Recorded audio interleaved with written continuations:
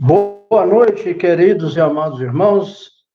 Estamos aqui mais uma vez para transmitir um pouco da palavra de Deus, não é? Vamos começar fazendo uma oração, falando com o nosso Deus.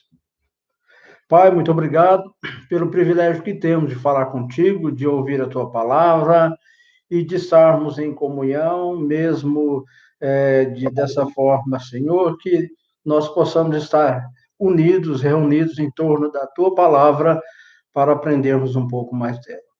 Seja conosco, perdoa as nossas falhas, seja com a leitura, com o louvor, com a adoração que prestamos a ti. Pois nós te oramos em nome de Jesus. Amém. Tem um hino que eu gosto de cantar muito, e esse hino, ele é muito próprio para o dia de hoje, né, que é o Dia das Mães. É o hino 395 do nosso hinário presbiteriano, ou Novo Cântico. O título dele é Amor no Lar. Vamos cantá-lo? 2 estrofes, a primeira e a quarta.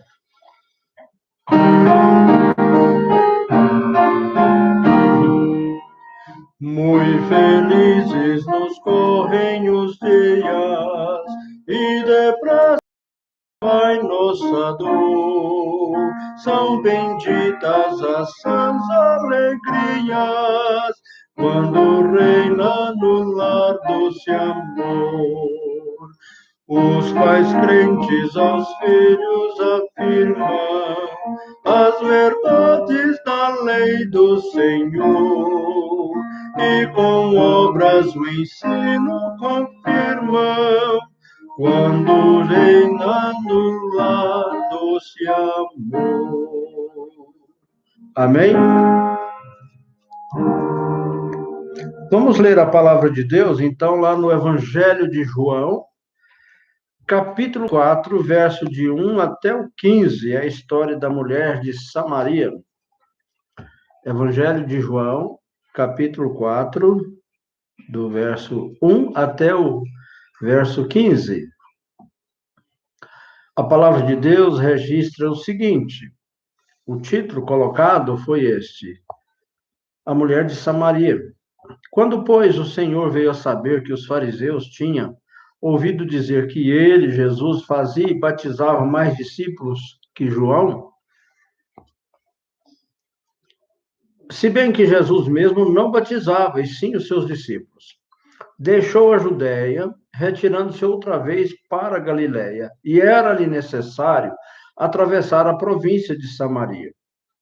Chegou, pois, a uma cidade samaritana chamada Sicar, perto das terras que Jacó dera a seu filho José.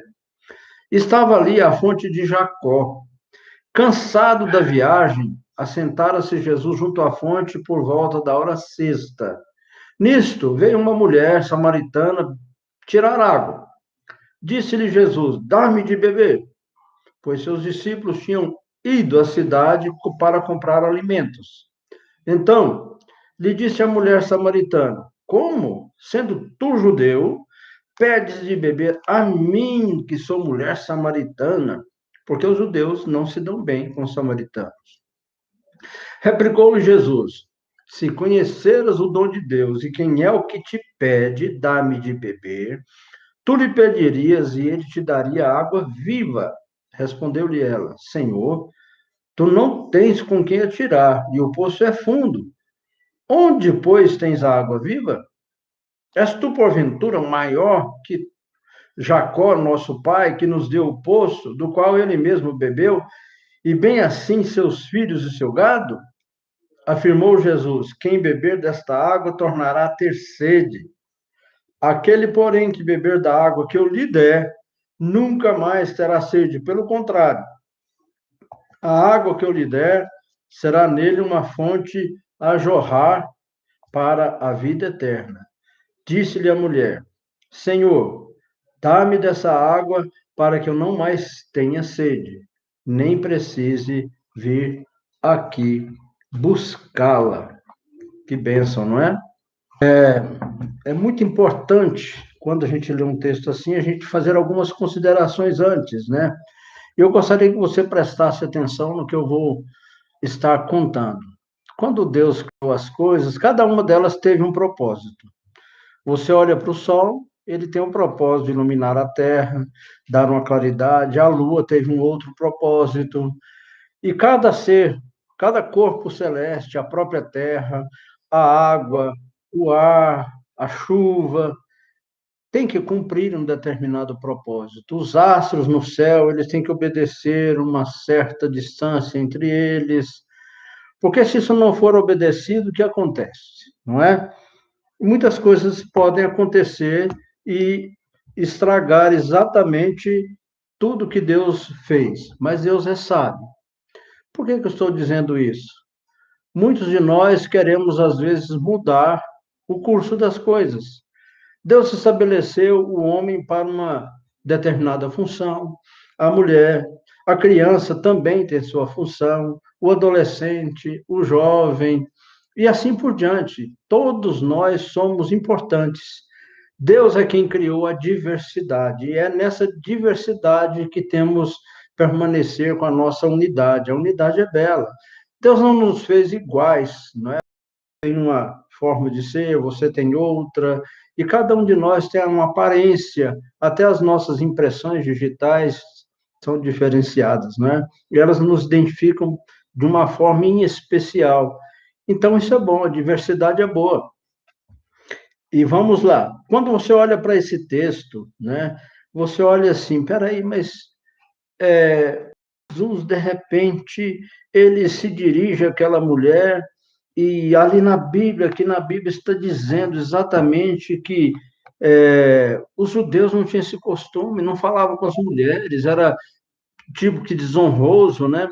Mas quando Jesus ele vem e prega um evangelho que para muitos que defendem essa causa é um evangelho de inclusão social, que um evangelho que dá assistência aos menos favorecidos, mas que também toca no coração daqueles que precisam de perdão, de reconciliação.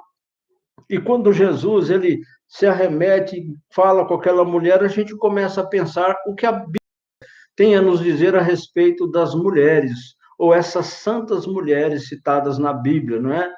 Nós temos o caso de Eva, né? A mulher que Deus pensou em Eva como um exemplo de mulher idônea, com a capacidade idêntica de Adão, e que estaria ao lado dele para lhe ser auxiliar. Nós temos a mulher de Noé, suas noras, nós temos a história de Sara, também narrada na palavra de Deus, mulheres também que fizeram diferença também numa questão da maldade, foi o caso de Jezabel, que se revoltou, que levou o seu marido a pecar contra Deus. Nós temos o caso da mulher sunamita e a ressurreição do seu filho. Nós temos o caso da mãe do rei Lamuel, com seus ensinamentos. Nós temos o caso de Ana, a mãe de Samuel. Nós temos a história de Débora, temos a história de Ruth, temos a história da rainha de Sabá. Nós temos a história de Isabel, uma mulher justa, não é, que foi a mãe de João Batista. Eunice, a mãe de Timóteo, que o ensinou nas Sagradas Escrituras. As mulheres que acompanharam o mestre durante a sua vida, que ele foi importante para a vida dele, a Maria de Betânia, irmã de Lázaro, cuidado com que ela lhe ungiu os pés. Então, nós temos essa posição da mulher na cultura judaico-cristã, e muitos dos nossos comentaristas, de alguns observadores, falam que a cultura judaico-cristã sempre menosprezou e colocou a mulher numa condição inferior. Meus amados irmãos, isso nunca aconteceu na palavra de Deus. Quem fez isso foram os próprios homens, com as suas culturas diversificadas, com as suas formas de tratar os próprios seres humanos, porque quando nós vimos, eles também transformaram homens em escravos, não é? Então não significa que a mulher ou a criança tem menor importância, não é isso. Quem fez essa diferença foram os homens, nunca partiu de Deus ou da Bíblia. É tanto que a Bíblia tem tanto registro, é claro, que eu tenho que observar. No entanto, que a Bíblia, ela faz diferença, ela estabelece funções para cada um de nós, tanto para o homem, quanto para a mulher, quanto para o marido, quanto para a esposa. Então, eu tenho que entender que essa posição da mulher, ela foi bem observada por Jesus Cristo, que não se olvidou a se aproximar daquela samaritana e dirigir-lhe a palavra. É muito importante a gente observar isso. E a própria palavra de Deus, lá no livro dos Salmos, a gente vê registrado assim, no Salmo 30:10, "Sê tu, Senhor, o meu auxílio". E aí também no Salmo 42, né, ele diz assim: porque estás abatido, ó minha alma. Aí fala logo a seguir: espera em Deus, pois ainda o louvarei, meu auxílio e Deus meu. E outro salmo também relata: o Senhor é o meu auxílio, não temerei, quem me poderá fazer o homem? Por que eu estou dizendo em questão de auxílio nesse momento? Porque lá no início, na criação, Deus colocou a mulher e a chamou de auxiliadora. Olha, se auxiliadora for uma palavra menor para classificar a mulher como um ser inferior, então já Deus aqui seria alguém inferior, porque Deus aqui é tratado como auxiliador, como nosso auxílio. Não.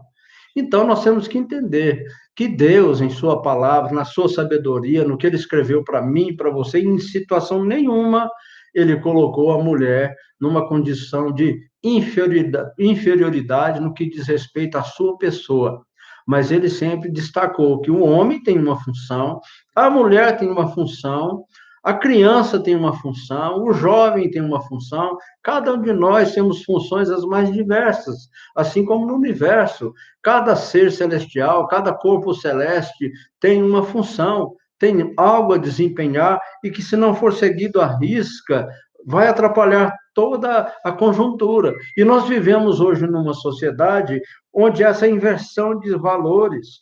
E eu estou dizendo isso porque, quando eu leio esse texto nas Sagradas Escrituras, eu observo que Jesus, em momento algum, ele faz essa distinção.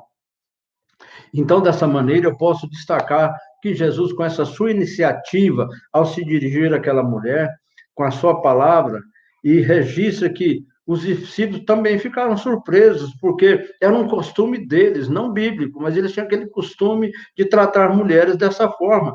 Mas Jesus, simplesmente, ele não levou isso em consideração. Ele, em primeiro lugar, ele escutou aquela mulher, quando eu posso observar aqui, e a mulher escuta a voz do Senhor. Ele falando com ela, ela se espanta com aquilo, e ela pergunta: você, sendo um homem, e além de cima judeu, e se dirige a mim? Não é normal. Mas Jesus nem questiona se é normal, se é normal, ele se dirige a ela e fala com ela com tanto carinho, e ainda lhe dirige a palavra dizendo: olha, dá-me de beber. Ou seja, eu preciso de você. Em outras palavras, é isso que ele está dizendo para aquela mulher, não é? Seria um absurdo eu entender que, então, o homem não depende da mulher, o próprio Deus, ali naquela situação, se colocando como homem encarnado e necessitando de mitigar a sua sede, se dirige àquela mulher e pede-lhe um copo de água. Olha, dá-me de beber. Seria algo tão vil assim? Né? E aí a surpresa daquele pedido desconcerta aquela mulher de tal forma, porque ele vê se comunicando com ela, que se julga tão indigna, tão vil. Não é uma mulher samaritana.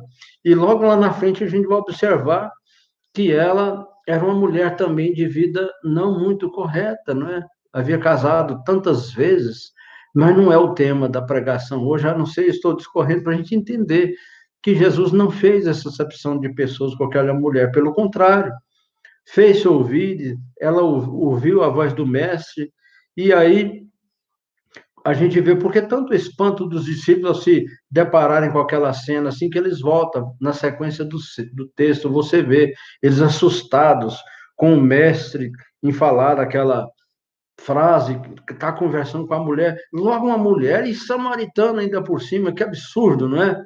Mas Jesus não viu uma mulher, ele viu um ser humano, alguém carente que estava precisando de atendê-lo, e ele também estava precisando de conversar. E que ele seria um prazer muito grande se eu ouvisse das palavras do meu Deus, do meu mestre: Edson, dá-me de beber, não é? Como é que eu não ficaria surpreso? Como você não ficaria? E Talvez você possa dizer assim: será que Jesus, ele, em algum momento, ele dirigiu essa palavra a mim? Quando você olha na palavra de Deus, Jesus fala: olha, se você der de beber ou de comer a um desses meus pequeninos, você está respondendo a mim. Então eu posso estar respondendo ao mestre, sim, se eu estiver atendendo a essa voz, né? Dá-me de beber, estou com fome. E nós, graças a Deus, temos feito isso como igreja de Deus e temos dado de beber às pessoas como se fosse o nosso próprio mestre, com carinho e com amor. E eu tenho que aprender com esse meu Deus, né? Esse seu gesto solidário, amigo, mesmo que aquela mulher naquele momento se assusta, né, com aquela direção a ele. Em outras palavras, como sendo, né, tu, depois ela reconhece que ele era Jesus, o enviado, sendo tu, soberano Deus, pedes algo de mim, que sou uma pecadora tão indigna, ou um pecador tão indigno. Ficaria a minha pergunta para você, mas mesmo assim Deus fala comigo. Ele fala com você. E tal como Isaías, eu poderia ficar aturdido e responder: como, Senhor, eu, um homem de impuros lábios, poderia anunciar a sua mensagem? Porque é uma ordem de Deus, né? Olha, vai lá e anuncia, fala de mim para as pessoas. E aí eu, peraí, Senhor, mas o Senhor está me pedindo para eu fazer? Não é os anjos, pessoas muito mais puras do que eu? Não, ele está falando é com você individualmente, é comigo. Assim como ele falou com aquela mulher, é o meu desejo, filho. Seus lábios serão purificados com a brasa viva do meu altar. É com aquela mulher, olha, você está me dando essa água, mas essa água vai ser muito bem recebida, porque o que eu quero é o que você ofereça de coração, com amor. E ali é o Senhor, de forma maravilhosa, né? E ele retruca. E ele fala: olha, se eu quisesse, eu poderia te dar a água da vida. Eu estou te pedindo algo tão simples, não é? E o que você diria, Jesus, se ele te perguntasse assim, dessa forma, né? Você pode me dar de beber? Mas mesmo assim ele pede: dá-me de beber. E quantos ao redor de nós está pedindo: Pastor Edson, dá-me de beber, dá-me de comer? E ele me ensina que eu tenho que, através disso, é, dar uma resposta, porque eu estaria respondendo ao meu Deus. Mas o texto também, ele registra que, apesar de ele pedir a água, logo a seguir ele faz uma oferta àquela mulher. Quando aí se estabelece um diálogo, Jesus, percebendo que ela fica espantada, fica aturdida, né? Deixa ela um pouco atônita, né? E aí ele fala para ela assim: olha, se conheceras o dom de Deus e quem é o que te pede, dá-me de beber, tu lhe pedirias e ele te daria água viva. O que Deus pede para mim, meu querido, é tão pouco. É um pouco da sua atenção, né? Ele quer que você olhe para ele, santifique-se, procure se aproximar dele, atenda um pedido tão simples dele, é só um copo d'água que ele pediu, a semelhança, ó, dá-me de beber. Um copo d'água que às vezes você dá é a resposta que Deus quer para você, porque ele te deu muito mais. É o que ele fala para a mulher: olha, eu tenho algo muito melhor para te oferecer, e a água viva. Ela se espanta, mas espera aí, como assim? Esse poço aqui foi construído por Jacó com tanta dificuldade, não é? Talvez você pergunte, mas Deus tem algo melhor para me dar? Eu já tenho a minha casa, meu emprego, eu já tenho o universo, tenho a terra para habitar. O que que Deus tem a mais para me dar ainda? Ele tem a vida eterna, porque ele oferece para aquela mulher é isso. Olha, se você me pedisse, eu lhe daria a água viva. E ele mesmo se declara: ele é a água viva que haveria de satisfazer e que satisfaz de uma vez por todas a sede de cada um de nós, a nossa sede. O Senhor nos pede tão pouco, queridos, e tem tanto para nos dar. E às vezes nós não queremos ceder aquele pouquinho que ele nos pede. E ele nos pede talvez o transitório, apenas um momento, um instantezinho de nossas vidas. E em contrapartida ele nos dá o quê? Toda uma eternidade feliz. E ele mesmo é a oferta. Olha, eu sou a vida, eu sou a porta, eu sou o caminho. A mulher ainda hesita em dar-lhe de beber, mas Jesus lhe oferece uma água que acabaria com toda a sua dificuldade e luta.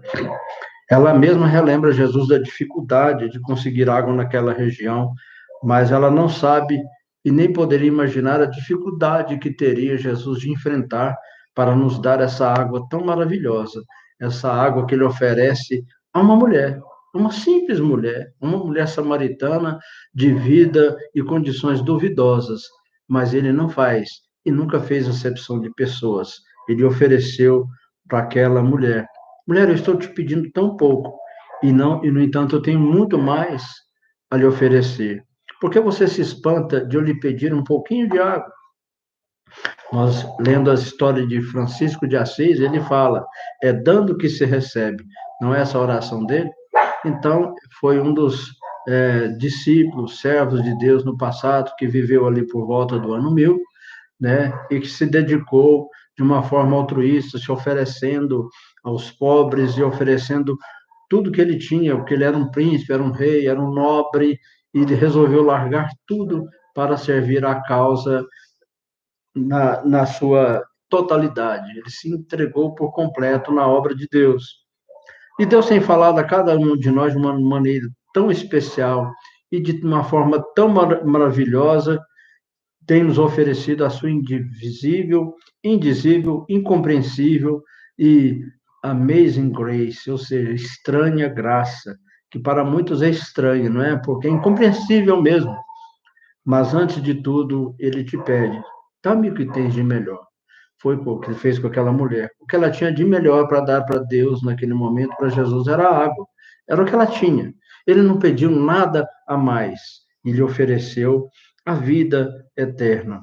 Depois disso, ele vem e oferece a si próprio para aquela mulher, através da água que seria ele, a água da vida. Mas Jesus, depois, ele, além dele pedir a água, provocar naquela mulher aquela reação de dependência, né? Ela, peraí, Jesus precisa de mim? Talvez o primeiro contato que eu tenha com Jesus, ou que eu tive com Jesus, ou que você teve com Jesus, foi essa necessidade que você sentiu de adorá-lo, de oferecer-lhe alguma coisa, oferecer a sua vida. Mas quando a coisa vai acontecendo com o passar do tempo, você percebe que quem precisa dele é você, porque ele provoca em si você: olha, me dá a sua vida, me dá esse pesar, esse cargo, esse fardo cheio, tão pesado da sua vida, e às vezes eu reluto em oferecer e dar, não é? Mas ele quer me oferecer algo melhor. Ele quer oferecer a mim a vida eterna, o que ele tem de melhor. E ele, aos poucos, ele vai se revelando àquela mulher. Ele se revela o Salvador. E aquela mulher percebe isso. E com a oferta desse tamanho, dessa magnitude, ela não tem o que discutir, ela se espanta. Olha, esse é o Messias. E aí ela percebe que esse é o Jesus que se revela como Salvador da humanidade. Ele se revelando de uma forma tão especial. E ele se revela na sequência da leitura, que nós não lemos, que está a partir do verso 16, onde ele começa a descrever o que acontece na vida dela. Olha, a sua vida é assim, é assada, daquela forma, e ela se espanta. E talvez você se espante também, porque Deus, ele conhece, ele sonda os nossos corações e o meu coração de uma forma tão especial que às vezes nem eu me conheço. Peraí, eu sou esse mesmo. Talvez ela nunca tivesse parado para pensar na situação na qual ela vivia, uma vida errada.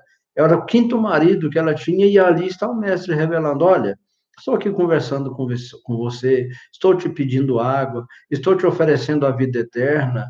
E olha, apesar disso tudo, eu sei que você é uma mulher que teve 5 maridos, mas eu não estou fazendo essa distinção aqui.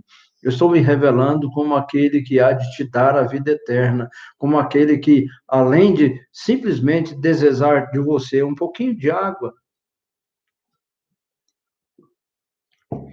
eu desejo que você tenha a água da vida eterna, uma água da qual você vai beber e nunca terá sede.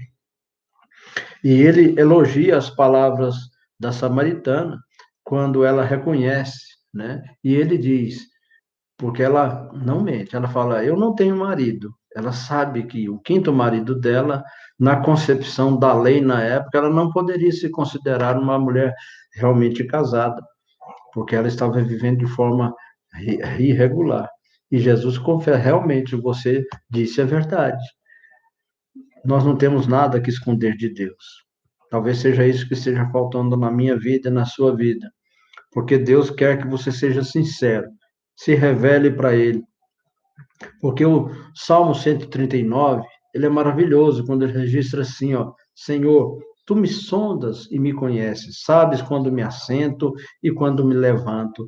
De longe penetras os meus pensamentos. E a mulher samaritana entendeu dessa forma. Somente o Senhor Deus poderia ter tal conhecimento. E aí ela reconheceu nele o Messias. Esse é o Cristo. E ele se revela aquela humilde e discriminada mulher pela sociedade, talvez pela própria religião, né, arraigada no coração daqueles homens que achavam que ser mulher era ter que se considerar um ser inferior. Pelo que a Bíblia nos fala, não é nada disso. Pelo que o Senhor sempre colocou, não é nada disso, apenas a distinção de tarefas, de funções na sociedade, que o homem transformou essas distinções de funções, essa variedade de funções em pessoas menos ou mais importantes do que outras. Mas Deus nunca nos considerou assim. Pelo contrário, cada um de nós temos uma função. Cada um de nós temos um serviço a realizar. Cada um de nós tem uma vocação a ser exercida na sociedade, seja a de lixeiro, de advogado, a de secretário, a de gari, seja o que for. Deus nos colocou para desempenhar cada uma dessas funções de uma forma equalitária, de uma forma nobre. Assim também, como a mulher, ela não é menor por ser mulher, mas ela é mulher porque Deus a fez dessa forma distinta. E eu estou aqui dizendo e citando dessas santas mulheres, que ao contrário do que muitos pensam, do que muitos distorcem ao conhecer a palavra de Deus, acham que elas foram tratadas com inferioridade. E Deus nunca fez essa distinção. Pelo contrário, é tanto que ele colocou Maria como a mais bem-aventurada das mulheres. E ele não quis que Jesus fosse gerado por um homem. Jesus foi gerado pelo Espírito Santo, mas onde? No ventre de uma mulher. Olha que importância que ele deu à mulher, não é? Para quem diz que Deus não importa com a mulher, pelo contrário, ele deu a honra especial para Maria, para gerar o seu único filho, primogênito filho, o primeiro de toda a sua história, o primogênito de Deus, né? O primeiro e único. E eu gostaria que você pensasse nisso. Jesus é o homem de todos nós. Jesus é o homem do pobre, Jesus é o homem do rico, Jesus é o homem da classe média, Jesus é o homem do governante, Jesus é o homem do rei, Jesus sempre é Senhor de todos. E quando ele cita essas palavras aqui nessa conversa que ele tem com essa mulher samaritana, é exatamente isso que ele diz para mim e para você. Olha, eu não faço acepção de pessoas. Infelizmente, às vezes, nós é que fazemos acepção de pessoas, nós mesmos é que nos discriminamos, nos colocando em posições inferiores ou superiores a outras pessoas. Mas, no entanto, Deus não faz assim com nenhum de nós. Essa é a característica do nosso Cristo. Ele se revela como o homem das grandes multidões, como o homem dos pobres, dos segregados e da gente cansada e oprimida. Eu sei que em muitas situações eu posso perceber que uma das classes que Jesus e que ele menos atendeu e atacou com muita veemência foi da hipocrisia dos religiosos. E eu não quero ser tratado como um religioso hipócrita, eu quero ser tratado como um filho carente, como uma pessoa humilde e dependente de Deus. Porque é isso mesmo que ele diz em sua palavra, ó, vinde a mim, todos vós que estáis cansados e sobrecarregados e oprimidos, e eu vos aliviarei. Ele não faz esse convite às pessoas que se julgam bem de situação. Não. Para que eu possa alcançar esse Deus, eu tenho que reconhecer a minha incapacidade. Talvez por isso ele se revela com mais facilidade aos fracos e oprimidos, como ele mesmo diz em sua palavra, porque são pessoas que naturalmente reconhecem a sua dependência de Deus. E a mulher, naquela época, hoje tem melhorado a sua condição de servilidade ao homem no que diz respeito em se julgar inferior, mas Deus se dirige a você, se dirige a cada um de nós, para que você realmente possa entender que esse Jesus é o Salvador dos humildes, daqueles que humilham debaixo da sua potente mão. E eu quero deixar essa mensagem para você, que essas santas mulheres, que essas mulheres maravilhosas, como essa samaritana e como aquelas mulheres que acompanharam as primeiras a irem procurá-lo lá no túmulo, foram as que o serviram durante a sua vida, elas fizeram toda a diferença no mundo, principalmente no que diz respeito ao ministério de Jesus Cristo. E eu quero ser assim, a semelhança dessas mulheres, servi-lo com todo o meu coração. Que Deus possa abençoar e que eu possa perceber que, nas palavras de Cristo, que os sãos não precisam de médicos, e sim os doentes. Eu é que preciso de Deus, não ele de mim. E às vezes eu me coloco na condição de que eu é que preciso dele. Não. Aquela mulher, quando ela percebeu que ela precisava de Jesus, a vida dela mudou, não é? A primeira conversa que ela teve com Jesus, ela viu que Jesus parece que estava precisando dela, não é? E às vezes, quando você tem esse contato com a divindade, ele precisa de mim para adorá-lo, para fazer as coisas para ele. Não, ele não precisa. Ele apenas requer que você, olhando para ele, possa perceber o quão necessitado, quão carente nós somos da graça de Deus. Eu quero dizer que o verdadeiro resgate da imagem do homem e da mulher parte da própria pessoa de Jesus, onde ali não há distinção de raça, de cor, de religião, de sexo, porque todos nós pecamos e todos nós carecemos da glória de Deus. Em Cristo, a imagem de Deus no homem que vem se perdendo ao longo da história está sendo recuperada em Jesus Cristo. Nele, tanto o homem quanto a mulher têm o mesmo valor. E claro, cada um tem a sua função. Não vamos confundir as coisas, não é? A mulher tem a sua função como mulher, o homem tem a sua função como homem, e Deus faz questão que você perceba isso, para que você tome a sua responsabilidade. E essa mulher, de igual forma, ela percebeu isso nas palavras do Cristo.